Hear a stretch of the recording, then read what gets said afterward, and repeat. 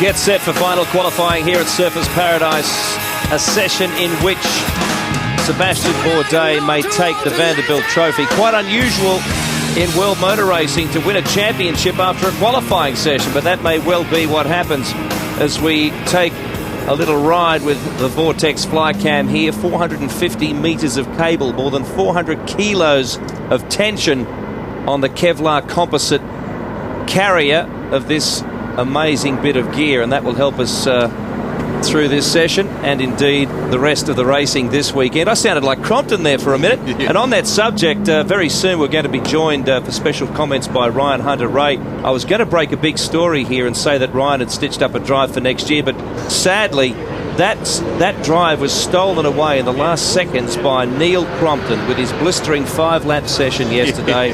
Neil took Ryan's drive, so we'll have to wipe the slate clean for next year. Billy, you've got to stop drinking in the middle of these telecasts. Welcome to the commentary team, Ryan, and we hope you enjoy the session for what it's worth, not being able to be in it. Yeah, thanks for having me. Great to be here. We saw Paul Radicic there a little while ago. Maybe he's trying to stitch up a drive for next year. He's got a few old friends in this category that date back to Atlantic racing in the US and Super V way back when. Jimmy Vassar's a good friend of his. They always try and catch up each year when Jimmy's in town. A lot of pressure on this man now in this session, but I'm sure he'll go about his business in the same way that he always does. Let's just get the job done. See, they cover up the wings a lot in ChampCar racing because it's essentially a stock formula in terms of everybody running a Lola. They try and not reveal the amount of gurney flap they have on the front and the rear wings or the wing angles. Lee? Timing's everything, Crompo. Look who I just bumped into as you were talking about him, the Rat, Paul Radicic. You do have a lot of friends in this paddock, don't you? I do, Lee. There's quite a few guys with Jimmy and, of course, Paul Tracy that not only have I had the pleasure of racing against, but know them reasonably well. So I've just come down and wish them good luck, and a lot of mechanics and engineers as well that are in the series that I know. Paul Tracy told me the other day that because Alex Tagliani has done some V8 supercar racing, now he's thinking about it, and if there was a spare weekend, he'd even consider doing Bathurst, but he would only do it after consulting you first. So there's a compliment. Yeah, that's great. Look, we'd love to have Paul down, give him a test in the car and see if he enjoys it. We'd love to have him. And how about you? What about the V8? Maybe we'll do a swap. Maybe we'll have a few laps in this and a few laps in that. Look, V8's going fine. We didn't quite click onto it yesterday, but you were 15th, and I think we can move forward, for the race, no problem. All right, and that's coming up a little later this afternoon. It's a small world, motorsport, and I think we forget sometimes how much international open-wheel experience a lot of our V8 supercar drivers had. Many of them, Russell Ingall, Marcus Ambrose, just for two that I can think of immediately, Jason Bright. Anyway, I could go right down the list, but Neil, a lot of guys have ventured overseas, tried to break through, and of course ran out of money, as most drivers do, come back home and made it here. Well, international motorsport is one of the toughest of businesses to break through and make a name for yourself. Had a great shot there of the steering wheel on one of these cars where a lot of information is available to the drivers. We're 30 seconds away from the start now of this qualifying, this final qualifying for the second last round of the championship. See that little map on the steering wheel there? People ask us from time to time, what's all that about? Don't the drivers know their way around? Well, it's to basically reference the track. So when you're in consultation with your engineer, you may discuss that you might be looking for more drive out of your car from turn 3, or maybe it's hitting a bump on the approach to turn 8 or whatever. It gets everybody in the crew working on the same page. And Justin Wilson there just taping his hand because the gear shift is in the right hand. And you can hear in the background the car's leaving now as this practice session for qualifying commences. And I'll just explain that there's a brief practice followed by a 10-minute interval and then 35 minutes of qualifying, where there must be 20 minutes of green flag running and a maximum number of laps regulated at 15. Now, Ryan, there's plenty of time for Sebastian Bourdais to nail this championship. So in that sense, he doesn't want to put pressure on himself. But then again, that 1 point is just sort of hanging there at the end of this session, isn't it? I mean, what do you think? What would be your approach? Would you be going all out to get that lap? Just say, you've got to get one hot lap in at the end of the session. Would you be really pushing that hard to get pole, or would you just take it easy and just run through your normal routine? Well, if I were Sebastian, I'd be doing it the same way I've done it all year. He hasn't had much of a problem, so I think Sebastian's got his situation handled. And I talked to him last night. He just said basically that he gets the championship if he starts the race. So I don't think we'll see any heroics out of him. But he's the man when it comes to posting that, that fast time within the last minute of the session. So I think they have their stuff handled. Yeah, it's not exactly out of habit for him to do that, is it? He's very good at it. He's had another outstanding year. 5 pole positions, 5 wins, 6 fastest laps. And he took provisional pole yesterday in very awkward conditions. Probably given the conditions yesterday, Ryan, I was surprised that more people probably didn't end up off the road or have more dramas. There were a few people that got tripped over, including your former teammate, Timo Glock, but I mean, he got away with it. They all got away with it quite well. Yeah, I was surprised. I mean, usually we do see some carnage here, and I was surprised yesterday with the session being how off it was that we didn't see some cars in the wall, but that's a testament to the drivers here. Greg? Just down in the HVM pit box with Keith Wiggins, the team owner down here. First of all, to Fabrizio Del Monte, how's he going? Oh, he's doing fine. I mean, it's his first time in a ChampCar, and it's a pretty tough track, you know, first time. So he's really just building confidence. So all we're expecting is to have a clean weekend and him just to build up and go quicker. So he's at the back, but he's getting closer each time. I guess the advantage for him yesterday in that wet session was that he could just treat it as basically a sighting session and learn a bit more of the track. What about Rodolfo Levine, though? He sounded after that practice session this morning that he had maybe a little braking issue. Well, I think he's actually pretty quick, and he's been in the top 4 or 5 the whole. Unfortunately, when it mattered yesterday, he wasn't because of the red, but that's our life. That's our problem. And I think he's getting to the limit now, so he just wanted to go to a harder pad. He's more aggressive, so that's in a way a good thing. He's been there all weekend, so I'm just hoping in qualifying he gets a good run. You know? We know you're busy, we'll let you get back to it. Thank you. Thanks a lot. Bye. 47 years old, Keith Wiggins, and cycling through 5 drivers this year. Admittingly, they run on a very lean budget there, so if you can't pay for the drive, you don't get a run. That was Team Herdez last year, and they pulled out of the program after being involved for many years. It's a team that was formerly the Bettenhausen team, and Keith's been involved in international motorsport for a long time. He was Pacific Grand Prix briefly back in Formula 1 years ago. We're looking at cars on the circuit at the moment in this final practice hit-out, practice 4 before the second final qualifying, and Timo Glock is the fastest man so far. This is Mario Dominguez, a former race winner here in 2002 in that dreadfully wet race, which went on and on throughout the afternoon. Glock, D'Amata, McDowell, Ranger, Levine, Dominguez, Vassar, Tracy. That's the order at the moment. Then Will Power. This is AJ Allmendinger. He's in the Western Union entry. Second at Milwaukee on the 1 mile bull ring there. The thing that's fascinating to many Australian motorsport fans, Ryan, is the variety of different types of circuits that you guys deal with, and you know, I find it extraordinary that we can watch these cars on this track and then we see them on somewhere like the 1 mile bull ring at Milwaukee, and it's such a different animal. Yeah, that's the beautiful thing about this series. It ends up being a true drivers' championship, unlike any other series in the world, because we do all the different disciplines of racing, you know, road courses, street circuits, ovals, super speedways, you know, tight ovals, short ovals. I mean, it's amazing how what's thrown at us over a season. It's a great series in that way. The Brazilians and Europeans, Ryan, often say that logically enough, given their background, they prefer the streets and roads. What about you? Yeah, no, I do too, of course. The street and road courses are much more rewarding. They're more rewarding as a driver, you know. Oval racing definitely has your attention when you're doing 200-something mile an hour next to a concrete wall, but it takes a lot of skill to do that, but it's more rewarding to get it done on a road course or a street circuit. Ronnie Bremer here, the Danish driver, had an oil leak in that first session today and coated the track pretty liberally with oil, so much so that they actually brought out a red flag. Just ran over his own, the residue of that just then.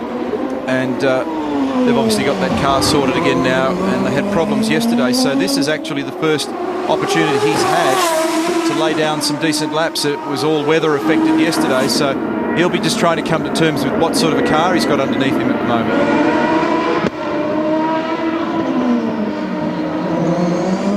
Allmendinger just coming out onto the circuit, hasn't posted a time yet. Noriel Servia is just sitting in the pits at the moment as Justin Wilson, for what it's worth, goes to P1, 1:35.7. This is him. Looking at him now in the Lexmark chicane. when I went up to Montreal in the race prior to Vegas, he was very strong up there. So McDowan watching from the Newman Haas pit up there next to Carl Haas. Big weekend last weekend for Mick, MotoGP at Phillip Island. Lots of friends here on the coast.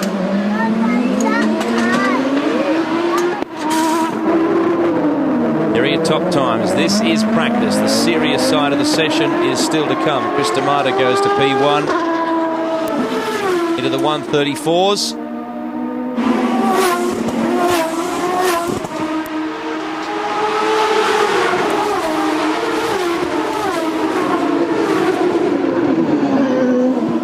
The other driver who had trouble in practice this morning, Bremer, 8-minute penalty, but it didn't really count because, as Neil said, because of those engine problems, he had to sit out. Lee Diffie. Billy, the depth of talent is not only restricted to those in the cockpit. David Brown is Roosport's chief engineer, and this guy has an unbelievable resume. He was responsible for taking Alain Prost and Nigel Mansell to World Drivers' title. So you could say Justin Wilson and AJ Allmendinger certainly are in safe hands. D'Amato's the quickest man at the moment on 34.6, Allmendinger 35.4, Tracy 35.4, Wilson 35.7. What's the main aim of the game here at the moment, Ryan? Is it a light fuel run on good tyres, or is it more about getting your final assessment of what you might be dealing with in terms of a race car? Well, most of them will have gone out on new tires for this practice run, and they'll just be feeling out what they're going to do in qualifying and how the car is on the light fuel load with new tires. And, you know, with the track being at, it's probably what it's going to be its hottest all day long. And, you know, just to feel it out for a couple laps here. They won't risk anything. They need to save it all for the session. So, you know, they're just taking some reconnaissance runs now, and I'm sure they'll make some changes for their qualifying runs. Allmendinger's going to have to make a drive through for shortcutting turn 10. He's sitting fifth fastest at the moment as Levin and Glock put in some good laps. Glock was the other driver who had very limited practice earlier today with mechanical trouble. Seems to have sorted that out now. Yeah, Allmendinger went straight ahead at turn 5 in the chicane, the Bartercard chicane, in that first parallel run up the back straight, pointing in the northerly direction alongside the surf there. So he'll have to serve that drive-through, which will be a frustration, although most people are probably now reasonably comfortable with whatever it is they're dealing with, so they can come in now and discuss their car, maybe make some small changes. Because very shortly this session will wind down, and then they've got 10 minutes of breathing space before qualifying commences. It's Rodolfo Levin, who rejoined the series at San Jose, drove in Forsyth's operation last year. Done a good job so far this weekend. So 5.5 minutes remaining now in this session. There's Jimmy Vasser in the foreground. It's Levin. This is an HVM car. They did have Bjorn Verdum with them through the majority of the season, the ex-Jaguar tester and third driver, and also a former Formula 3000 champion from Europe. He's still hoping to have a competitive run for next year. He had a run in Formula 1 with Team Jaguar. Lee Diffie. Paul Gentilozzi is not only a co-series owner, but he's the team principal at Rocket Sports Racing. I think you found someone in Timo Glock. Well, we knew that from the very start, from our first test at Sebring. You don't come from Formula 1 without talent, and Timo brings a lot of it. Really a bright young man, and we're glad to have him. We had a bit of misfortune this morning, so the folks here haven't seen the best. But you have to remember, he's a rookie, and this track takes experience. Right now, he's P3. Well, people need to remember, too, is Rocket Sports Racing is still very young as far as a ChampCar team. So to win Rookie of the Year title, that'd be certainly a feather in your cap. Well, that was our objective. You know, we wanted to have him in the top 5 in the championship, which was a really big thing to overtake. A couple little things have happened to keep us out of it, but we can still get there. 8 rookies in this field. In fact, of course, Del Monte did have a run at Long Beach. This is his first look. And if you're going to have one other run in the championship and you want to dial yourself into this circuit, Long Beach is probably your best option. AJ's got front wing damage there. You can see that the whole front wing assembly is askew on the car. I converted the cost of a Lola front wing assembly into Australian dollars the other day and got a big fright. It's about $36,000, so can't afford to knock too many of those around.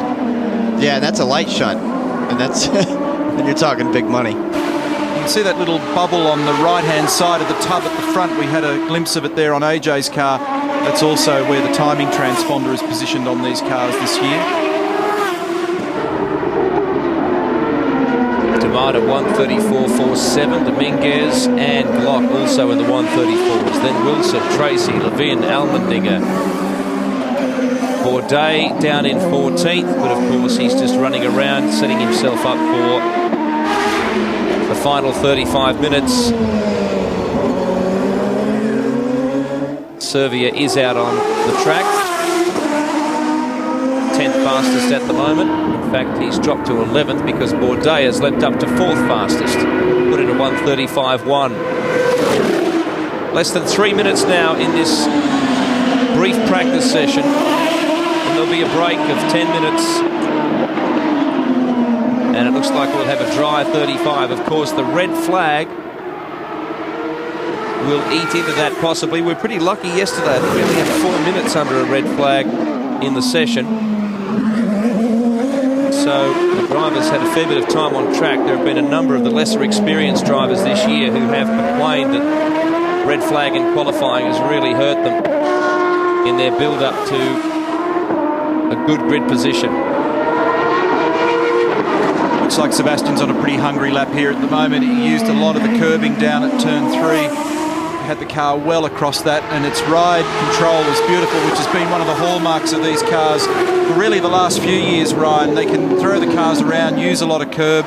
They seem to be able to take a very aggressive stance with the car, and it doesn't bite them. Yeah, everybody in the paddock knows it too. I mean, Newman Haas has their damper program down, and because these cars are all, well, you call them equal, they're not equal, but they're all the same chassis, they're the same specs.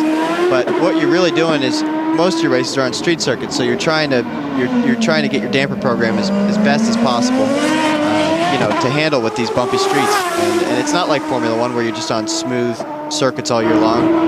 We're driving on city streets all year, so if you have a car that maximizes the tire patch to the ground, you have the damper package that does that, you're set. And that's what Newman Haas does. I mean, they're moving around a lot less. And that lap that we were watching Sebastian on, as we thought, he went to the top of the tree in a 35 even. We're now riding with Oriol Servia, winner at Montreal. It's interesting just watching the way he holds his head across the face of the corners. Right at the apex of the corner, Oriol's head is almost leaning opposite to most drivers. He almost has his head tilted away from the corner. You don't see that terribly often.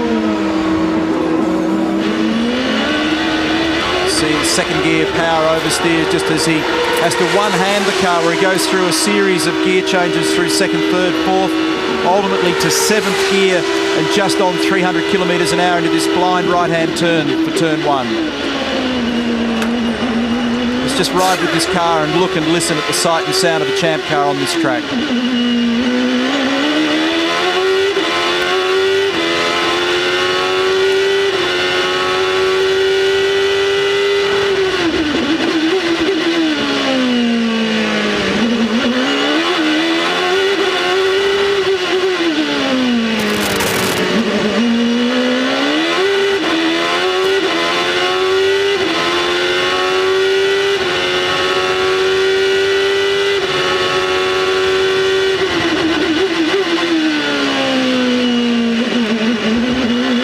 Flag has come out for this practice session. We'll have a 10-minute break. Our thanks very much to Ryan Hunter-Reay for joining us and adding that insight into the world of ChampCar. We hope you not only enjoy the weekend, Ryan, but everything goes well for you for next year too. Thanks for your time. Thanks a lot. We'll take a break.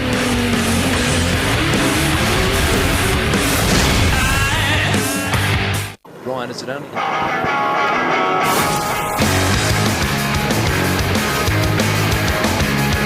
We're back on the Gold Coast. It will become very frantic here very soon, but let's go to the pits for some updates with Greg Rust. Billy, we're down in the PKV Tech Centre with the General Manager, Jim McGee. First and foremost, how is Cristiano Demata? He sounds like he's looking for better compliance from his car over some of the bumpier parts of the track. Yeah, the car's pretty good. Yesterday we lost a lot of time because of the rain. Naturally, everybody is the same, but we're going with kind of a new setup here, and so far so good. We've had a couple of runs. We had a pretty good pre-race practice, and I think we got a car that's capable of being in the top 5 here for the race. The feeling among this team was that both cars could at least be in the top 6. What about Jimmy Vasser?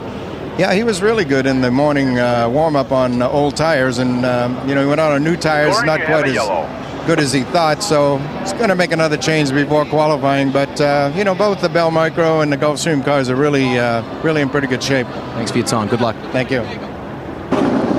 Well, Lee Dykstra, it's a bit of a session for you and Will to go over the car. What's the plan now for qualifying? Well, we have 2 or 3 available sets of tires, essentially, so we'll run at least 2 sets of stickers on the things. They're a little faster than a normal tire, and we'll go through those, and we'll see how we stand with the third set.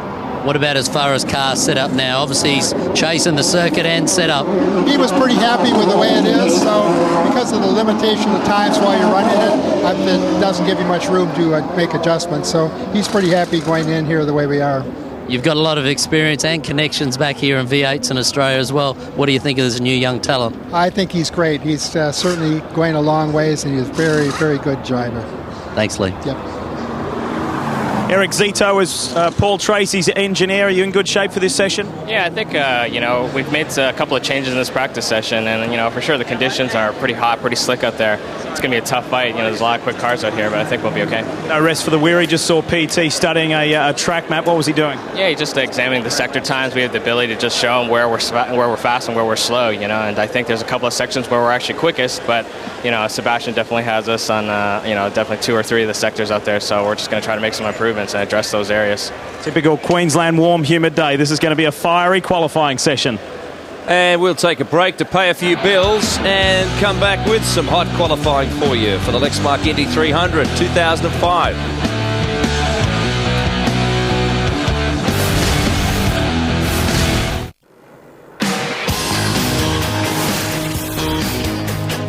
Carl Haas with his pre-session program, blessing the car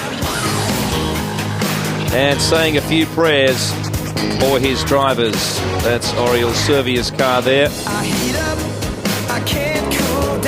having a lot to say too on this occasion. I know it's a routine, but I just haven't seen him bend over the car for that long before. And I'm sure he'll do the same, or has just done the same for Sebastian Bourdais, of course, who is only 1 point away from winning a championship here, maybe half an hour away from winning a championship. Darryl. Alex Tagliani from Team Australia. During that break, they spent the whole time adjusting that car back to where they had it earlier this morning. They tried some setup. They weren't happy with it. Now it is back to how it was. And Rob Edwards, his team engineer, said to me, we're going to go early for a time because of the traffic around here on the streets of Surfers Paradise. It can get very busy towards the end. So now we've got stickers on. We'll give it shot straight up. Yeah, well, the smart guys all year have been banking good times early just in case. And as I mentioned, there's been a lot of red flag. Pole here in 2003 for Sebastian Bourdais. Only 3 drivers have claimed here a pole more than once in the 14 years. Mansell in 93, 94, Michael Andretti in 91 and 95, Dario Franchitti in 98 and 99 as we ride with Team Australia. And just to explain that term, sticker tyres, just simply means brand new tyres that in many cases when they leave the pit lane have still got the travel labels on them. So Tagliani's off and running. Some people will leave their run a little later. Lee? Justin Wilson is one of those guys in his Roo Sport machine that's gone out early to bank a time. But his team have laid out 4 sets of sticker tyres. They're prepared to go through all of them if they want to, but they would like to keep 1 fresh set for the race. And managing the tyres is a really important part of your weekend. Generally, most of the teams up and down the lane have got a few more up their sleeve that are green tyres to be bedded and used in qualifying because of yesterday's conditions, and that'll give them more opportunities to punch out a number. But remember, they can do no more than a maximum of 15 laps to try and reduce the congestion on the racetrack. Bridgestone brings 666 dry tyres to this event. There's Will Power.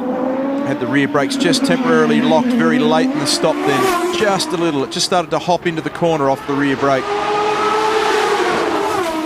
He just needs track time at the moment to continue to try and become more comfortable with this chassis and understand in his workings with Lee Dykstra what he needs to adjust, and more importantly, by how much.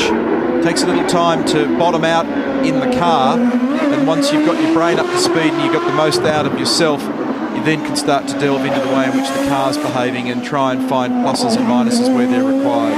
He's won races here in Formula Ford and Formula 3. Certainly has a great depth in his open wheel experience.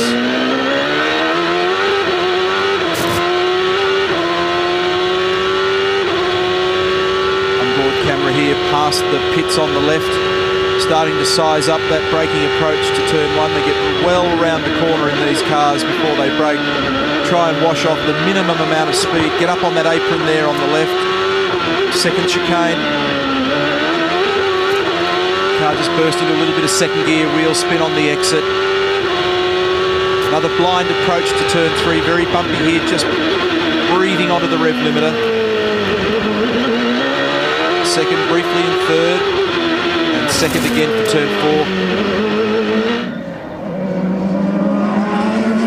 Now Sebastian Bourdais' time, session-topping time yesterday has bought him a ticket to the front row for this event and one championship point, but for the rest of the drivers it's pretty much meaningless. Today is the day, and they are already much faster, as you would expect. Tagliani's banked the quickest time so far, 1:35.9. Bourdais still sits on that time from yesterday, and he'll want to be on the front row regardless, and that's one of the regulations in ChampCar racing. If you're the fast man on Friday, you will start from the front row. That is guaranteed. D'Amato's just gone a 34.8, and Servia's done a 34.2, so as expected, he's jumped out of the box pretty quickly. Just before we went to that break and we were on board with Oriel, that lap that he was turning at the time looked pretty good. They went straight to work on the car and made some more small adjustments on it. Here he is.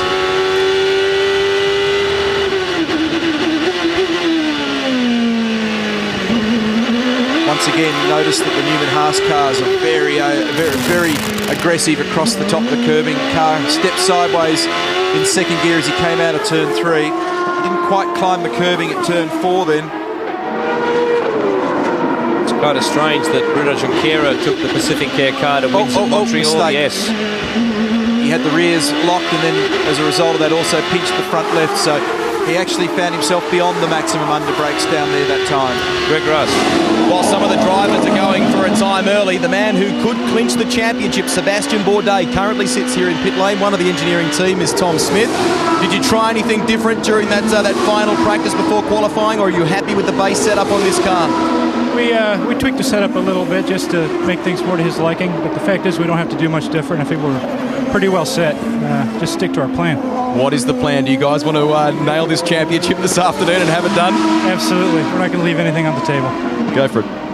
Thank you. And they can afford to take an aggressive stance if that's what they choose to do. I mean, the championship will come their way tomorrow or at a minimum in Mexico, but if they're comfortable and they feel like they've got the right setup, then why not? Pit exit violation for Andrew Ranger. Taking a bit of momentum out of his session. He's trying to bank a time here, not yet able to do so. And a pit exit violation will mean that he's driven across the blend line, departing the pits, and infringed onto a little bit of the racetrack where somebody could be qualifying, and it could hold somebody up. Car 5, Marcus Marshall, has also shortcut at the circuit, so that's a problem he had in practice earlier today too, so let's hope he's made some progress there. He wasn't happy with the handling of the car then, was he? D'Amato on a quick one here. They changed all the lower gear ratios in Marcus's car between sessions. Second and third gear in particular, he felt that the car just wasn't on the money in second gear. 2 green boxes here for D'Amato. Bartacard, turn 6. Oh, slid it right up to the wall. Did he touch it? He had the thing only thousandths of an inch away from that wall as he came out of there in second gear. BB chicane. I think the fans near that wall could smell D'Amato's breath. He was that close. Of course, 28 starts for Toyota in Formula 1, having won the championship here, and then a very hard task to come back in a team that doesn't have an abundance of funds. and try and make some progress. Here it is again, sliding out well. Didn't do it, he gave it a lick, didn't he? He was close. Where's he out here? We'll see what and he goes to the top. Good time from Cristiano D'Amata, 33.8. There's 33s all round here. Serbia has banked a couple. Bourdais is yet to make a move. 12 ChampCar wins for this fellow. 90 ChampCar starts, 19 podiums, 7 previous pole positions. Had a win this year in Portland, but probably more to do with fuel strategy. Yellow flag flies, a local yellow. It just locks the brakes a little on the run into turn 3. Justin Wilson showing a green box, and he now goes to the top. And the master timing beacon for these cars is before the start finish line. That's why you see the times come up early. Bourdais preparing to depart. Lee Diffie. These are the kind of things that happen when you're a rookie on the streets of service. Have a look at that rim. Michael McDowell has damaged that rim. Massive contact with the wall. That's on the front left of the car. He is learning his way and learning the hard way. Hopefully there's no other damage. It doesn't look like there is. They've obviously taken the opportunity to check those suspension wishbones, make sure that all the geometry is correct, and just rattle another Bridgestone onto the front left and send him on his way. So the order at the moment is Wilson. In this session, D'Amata's done the second quickest time by a couple of tenths, then Serbia, Dominguez. And remember, as I said before, Bourdais guaranteed a front row start. This is Justin Wilson. Sorry, Max. No, I was just trying to think whether that was Acer green or VB green or Bartercard green on that wheel there to figure out where it happened. But Wilson 133.6 tops the table. Now on the timing monitor we have Bourdais, of course, sitting second with a 145, but that of course is by virtue of his P1 yesterday, as Neil explained. If Bourdais can still get pole today, but no matter what other time he gets, if he doesn't get pole, he still gets second on the grid because of that. Hasn't banked a time yet, still stationary in the pits. A little bit of debris on the circuit, which they'll have to be cautious about. 3 drivers in the 133s. Wilson, D'Amata, Serbia, then Dominguez, 134 even. Tagliani a tenth slower than that, and Rodolfo Levin has cut a corner, so he gets a drive through.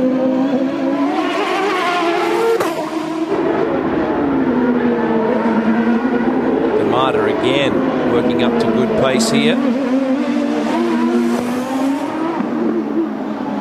Will Power 7th fastest. 134.59. It's a good time for Will. We're seeing more pace right now than we've seen at any time during the weekend. Cristiano just locks up the front right in the run through 11 and 12. And the unweighted side of the car, they're just not reading the road very well, but he goes to the top and further improves his time. That's a 33.3. It cost him nearly a tenth, that little lock-up, because it was reduced to hundredths by the time he got across the line. But there it is. Darryl. Derek Walker down here just talking to Will Power about those laps that he'd done. He was pointing down towards turn 12 about the push he had coming through that turn. They've wound some more front wing on that car as well, and he's about to put some new green sticker tyres on.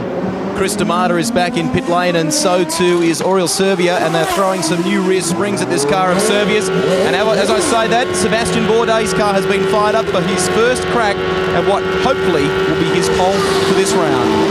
Well, they're going to present the Vanderbilt Trophy to Sebastian in the pits. If he manages to take the championship win, that is the custom in this series.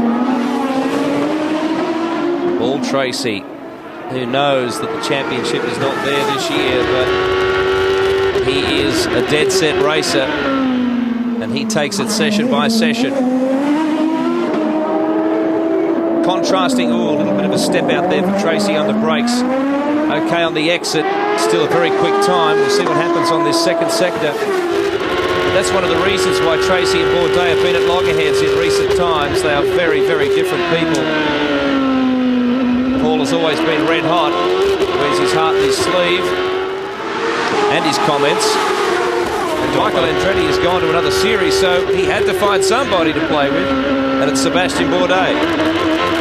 This is a hot lap from Paul Tracy. Incidentally, Rodolfo Levin has violated the pit lane exit, so he'll have a drive through. We have Dominguez now to the top.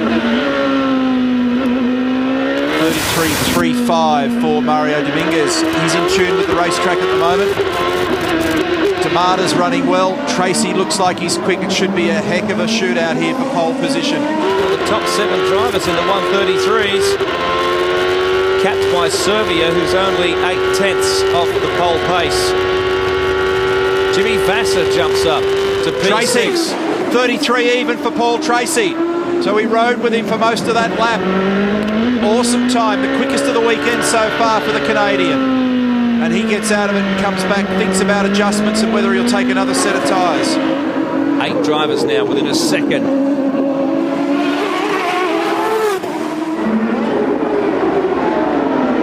That's including Bourdais, who's bought that P2, but he hasn't put a time in yet. So Tracy's got a 0.3 margin over Dominguez, and he's got 2 more laps up his sleeve. Neil Micklewright's on the radio to him from Forsyth. And if Damata can stay up there or thereabouts, he'll challenge his best ever qualifying of the year so far as well. He started on the front row in Cleveland. Dominguez second fastest in this session. Get onto the front row. And straight ahead for Mario, so he'll have to come and address that. So both the Forsyth cars are working the circuit beautifully at the moment. The difficulty for Mario is he'll have to go faster than Tracy if he wants to get a front row start here, because Bourdais already there.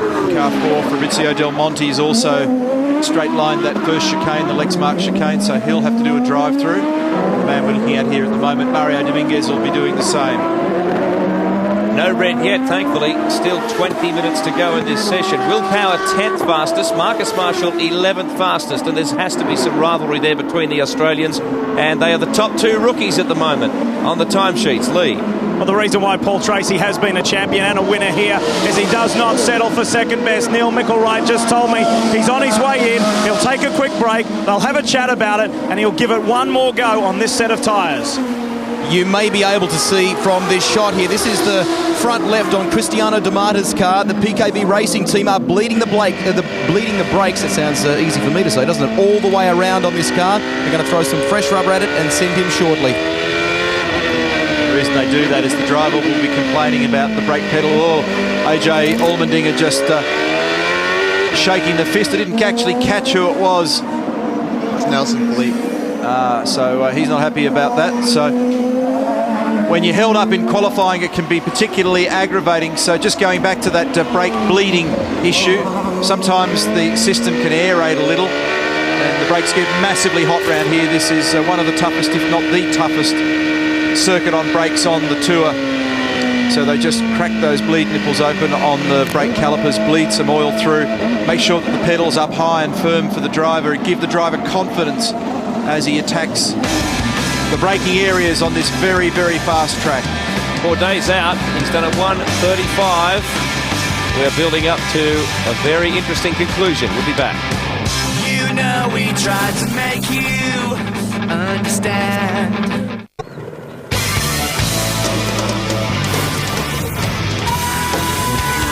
If you're worried about missing anything during the break, well, we all got lucky because it went red straight as we went to the break, and it's only just gone green. And this is the reason why. It was debris, nothing spectacular. There it is.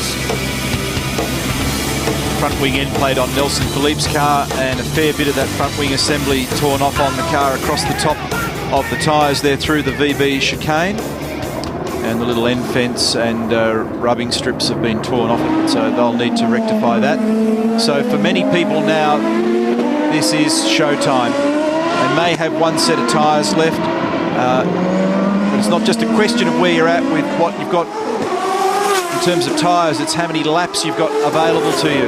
Only 15 laps allowable in qualifying to try and reduce congestion on the track, so by the time you cycle out, do an out lap, assess whether or not you've got temperatures and pressures up to speed, then you have a very small series of windows to get the job done. Cristiano Damata's best qualifying this year, second at Cleveland in round 5. He hasn't been consistently qualifying in the first couple of rows. Not what he was used to when he was driving for the team that Sebastian Bourdais now drives for. But he loves it around here. P4 at the moment. And in terms of actual times recorded in this session, P3, Lee. Boys changing strategy for Paul Tracy. He was going to give it another shot on that last set of tyres. He's got 4 stickers on right now. Stationary in pit lane, but ready to go. One last roll of the dice. And Will Powers reporting a fuel pressure warning in his car as well. He currently sits 10th. Not a bad way to open your ChampCar career if you can be in the top 10. Marcus Marshall 11th. Alex Tagliani 9th, so nice little grouping there for Team Australia. They're separated by 7/10 of a second. At car number 1, Sebastian Bourdais has shortcut turn 1, so he'll serve a drive through. And that could impact the ability for Sebastian to snatch away pole position from Paul Tracy if he's got the car to do it. Nice little slide there on the exit for Marcus Marshall as he tracks Cristiano D'Amata through this tricky part of the circuit. And Sebastian's crew are hailing him into the pits now. Get that car in here now because they didn't program for that, Greg. At PKV Racing, they're electing just to sit out a little bit for Jimmy Vasser. They're going to send him shortly, and he's going to do a 7-lap run. Their belief is that the longer this session goes on, although it's warm, and because of the rain yesterday, the more rubber that's going down, the grip level is obviously coming up. Jimmy hopes that 7-lap run will net him a good time. You wonder why these cars stick to the Surfers Paradise streets like glue. I just spoke to one of the Bridgestone tyre technicians. The highest temperature she has seen today, 200 degrees Fahrenheit. That's just under 90 degrees Celsius. 4 completed laps for Sebastian Bourdais. His best time in this session, 1:35. Paul Tracy, 1:33.023.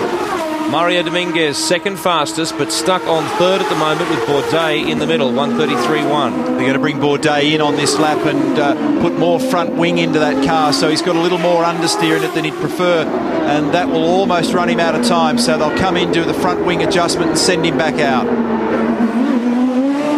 Still ninth place to Tagliani to break into the 1:33s, following Mario Dominguez. Oriol Serbia has also been black flagged, so he'll have to serve a drive through. So a lot of people are firing straight through these chicanes at the moment. Remarkable number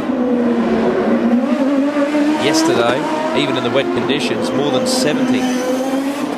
Recorded, as Lee reported earlier today from pit lane.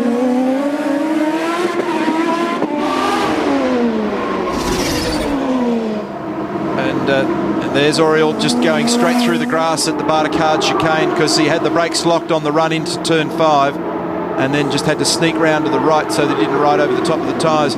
It's a pretty harsh penalty when the driver's got very few options. He's certainly not going to be able to get around the corner.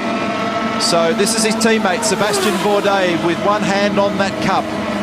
He's got to come in, do a small front wing adjustment, and with just on 10 minutes to run in this session, there's the front wing adjustment. 1.5 turns it is, Greg. Spot on, Neil. That's exactly what's happening. They're throwing some fresh sticker tyres at this, just seeing if they're making any other adjustments. Doesn't look like it at this stage. We'll come back to you with more shortly. Car 27 also a pit exit violation. Andrew Ranger.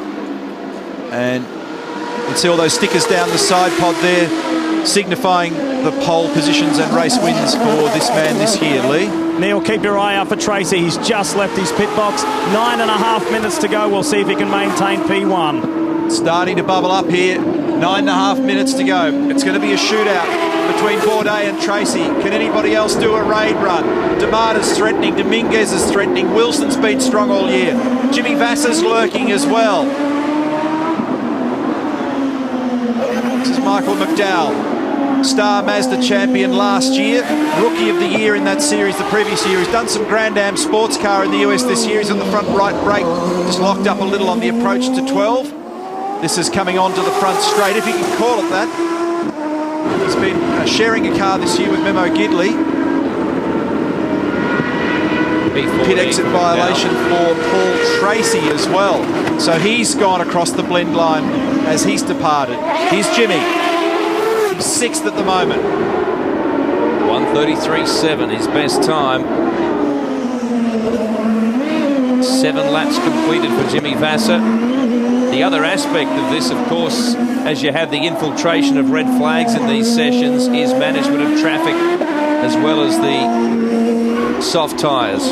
How's the amount of starts for this guy? 229 ChampCar starts. This driver has a massive amount of success and experience in this category, Greg.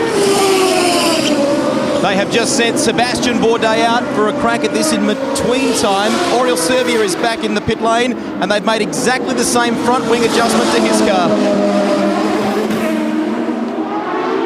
It's Paul Harkis, Ziggy Harkis there on the left.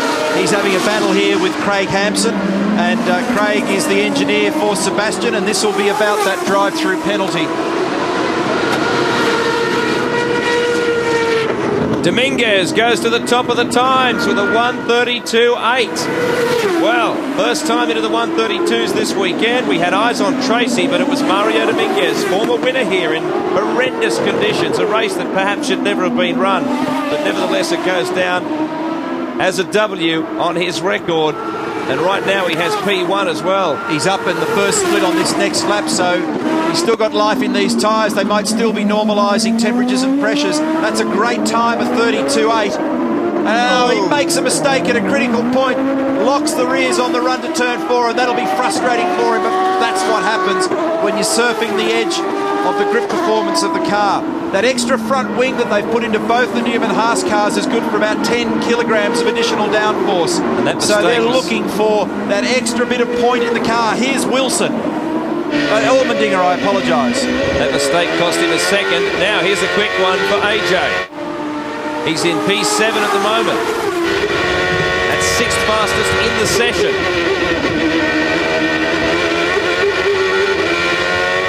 Breezes up against the VB wall on the exit of the chicane, and right now it's full commitment time. It's now or never for these guys as they skirt up against the walls.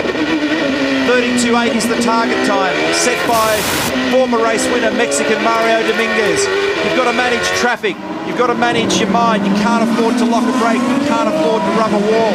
It's got to be a slow, rhythmic thing, but at the same time you've got to make sure that there's nothing left on the table. Well, he was 18 thousandths behind, but of course traffic cost him a few more tenths there.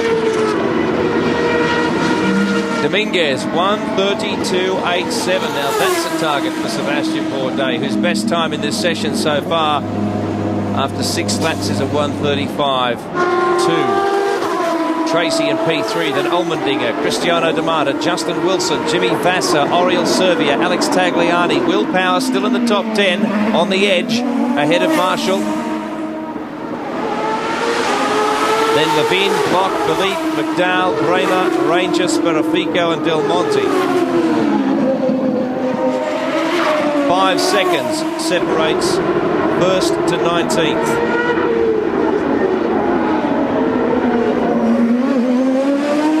This next lap for Bourdais is a critical one. He's just cycling into it at the moment, just nursing this set of tyres into the task. And when he starts the run out of turn 12 here will be when he hopes that those tyres are at their peak.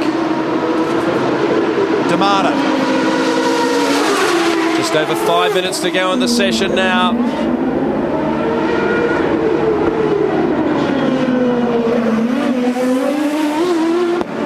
Crew chiefs are on the radio just advising their drivers where they're at with the number of laps that they've burnt through.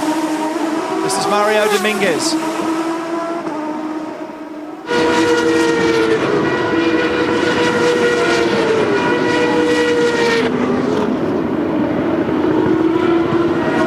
Damata moves up. Damata's just done a 32.9. So he's knocking on the door. Dominguez is the man they're chasing on a 32.6. Bourdais locked up a front row spot based on yesterday's performance, and this man is threatening at the moment. 32.9 on the last lap for the little Brazilian. And the good news so far is he's had clean track.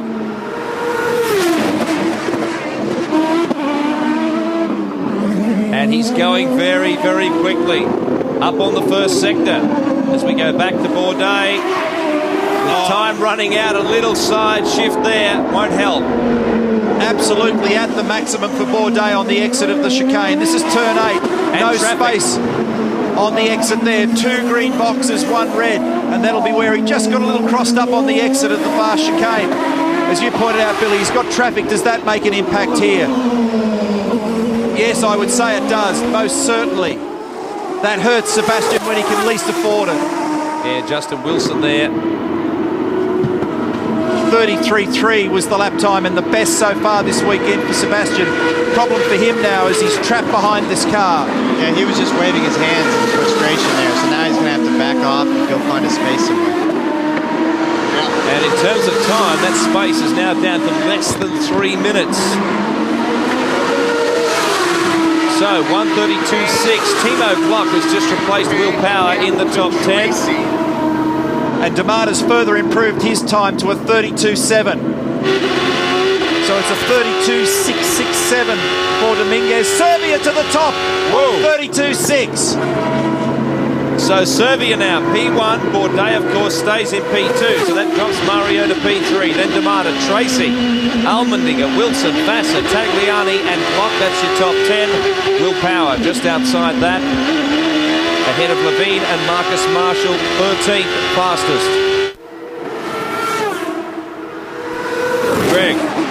The Newman-Haas crew that work on Sebastian Bourdais' car have just been on the radio to him to give him an idea of what the traffic is around him, in front and behind, so he can get himself a little bit of clearance and maybe have a lunge at pole position again.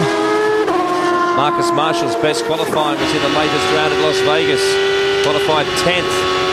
Still with Serbia here, but he's not on the same pace that took him to P1.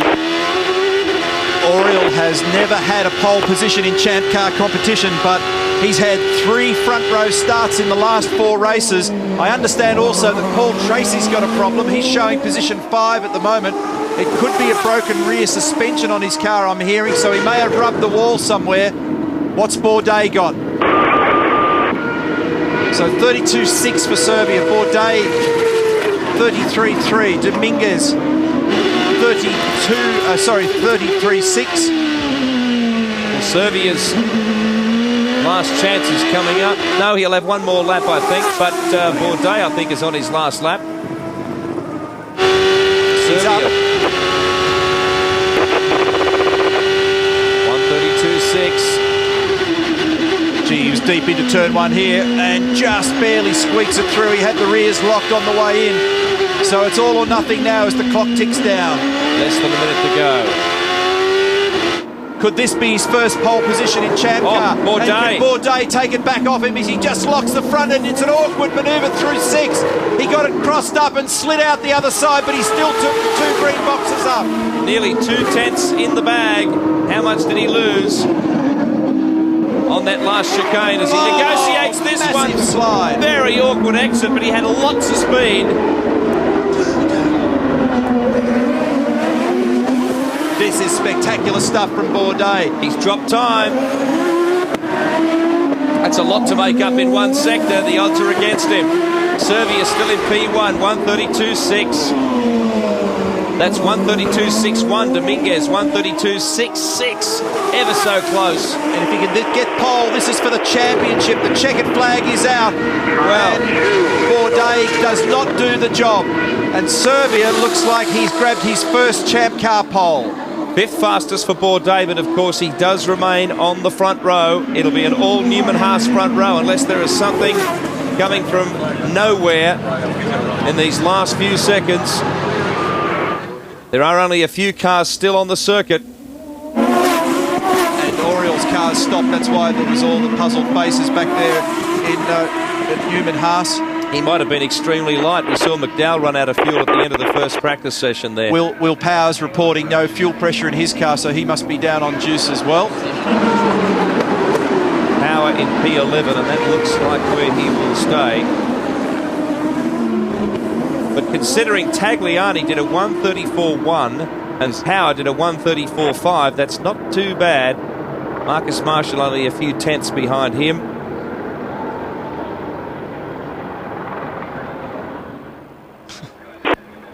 So a few parked cars out there.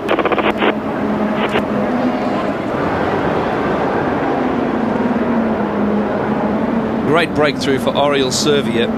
What happens next year with him? So they're having a little Mothers Club meeting down there at the moment. Lots of people, it seems as though they're out of fuel.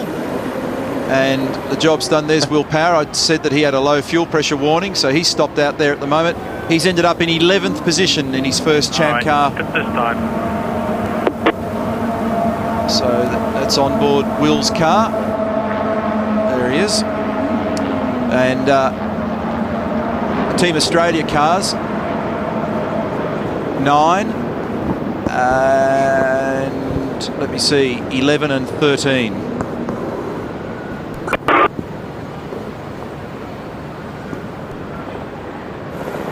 And Will's got a bit of blood pressure at the moment. He's on the radio to Derek Walker complaining bitterly about somebody holding him up all weekend. So I won't repeat what he said, but it was to the effect that I'm not happy with that gentleman and I might grab him and do something about it, or something like that. So let's just recap now. An all-Newman Haas front row. Will it be a 1-2 finish in the championship as well? It's certainly looking that way.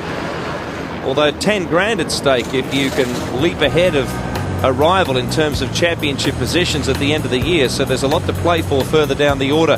There it is. And behind them, Mario Dominguez and Cristiano D'Amata. Then Tracy and Almendinger. And there's Will Power in P11 for Team Australia. Great effort first up. We'll be back soon.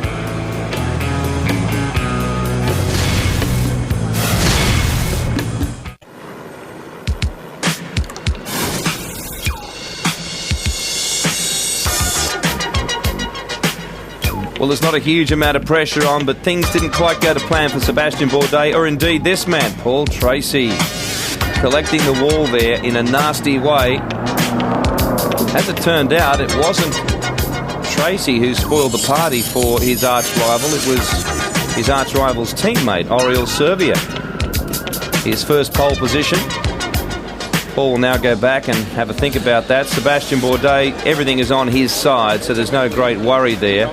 Would have been nice to go out and take that championship point and get the trophy today. He'll have to wait at least until tomorrow. Of course, if he doesn't even show up for tomorrow's race, it'll come down to the next round. He cannot gain the points he needs for just turning up unless he does, in fact, greet the green flag. So there's still a slight question mark over things as we go back to the pits and Darrell. Well, Derek Walker, probably not the best result, but tomorrow's the big day. Yeah, it's all about tomorrow. Obviously, all three drivers are pretty damn close with their lap time, so we got some work to do with the car. The drivers got as much out of it. It's not enough, but tomorrow's another day. Will's done a pretty good job. I think earlier on there was mention of low fuel pressure in that car. Why is the car stopped? Yeah, it seems we misjudged the amount. With Nat panic to get out for the last run because we got the sessions shortened up on us with the red flag. I just think we didn't put enough in. You know, you always get it as low as possible and get the weight down on the car. I think we missed him by about 1.5 gallons, so that was a good lap for him too, so we screwed him up there. Well, let's hope the sun shines like this for tomorrow. I hope it shines on us. Thanks. Thanks, Derek. Thank you. That's a terrific effort, though, from Will Power, considering Tagliani's been in the series for so long. Marcus Marshall has had one season to dial himself in and has had a little bit of experience at this circuit before. But Power to just come in and do it straight away, a great effort. Let's hear from the pole sitter.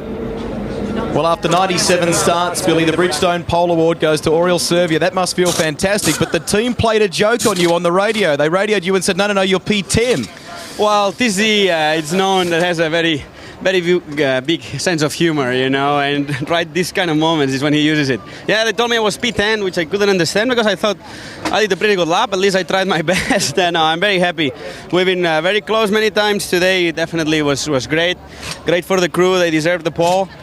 Great for Pacific Care again at the top, and great for me, obviously. I'm very happy, and we are at the best position to start this race, so I'm really happy. Oriol, tell us about the car. You made a front wing adjustment late in that session when everyone was going for pole, and it obviously worked for you. Yeah, this morning we were in super shape, super fast. It was P1. Then we started the session, and I wasn't very comfortable with the car. Actually, I made my engineer work Rocky quite a lot because, I wasn't happy, and he made the right changes, and at the end we did what we had to do, so it's just a great feeling. He's second in the championship right now. He'll start the Gold Coast race on pole. Good luck tomorrow. What a way to start. Couldn't be better. Thank you. Fastest rookie today was Timo Glock. He's done a pretty solid job, although just in the top 10. And the times not too shabby. Just over a second between the top 8. The 8th driver being Jimmy Vasser, and a few of those guys really would have been confident with getting better laps if they didn't have traffic. We'll be back.